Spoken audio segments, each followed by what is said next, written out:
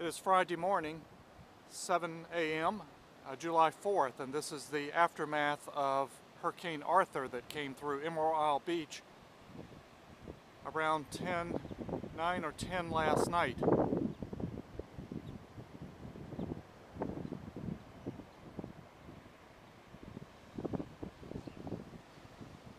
Actually looks pretty good. The beach looks really flat.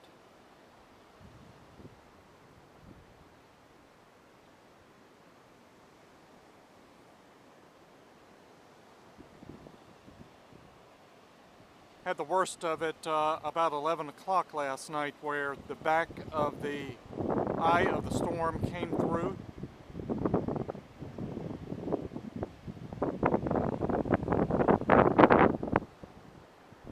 But I am glad Arthur is gone, and looks like it's going to clear up very quickly. Let's take a walk out here on the beach. This ocean was, at 8 o'clock last night, was really rough. Got peppered with sand.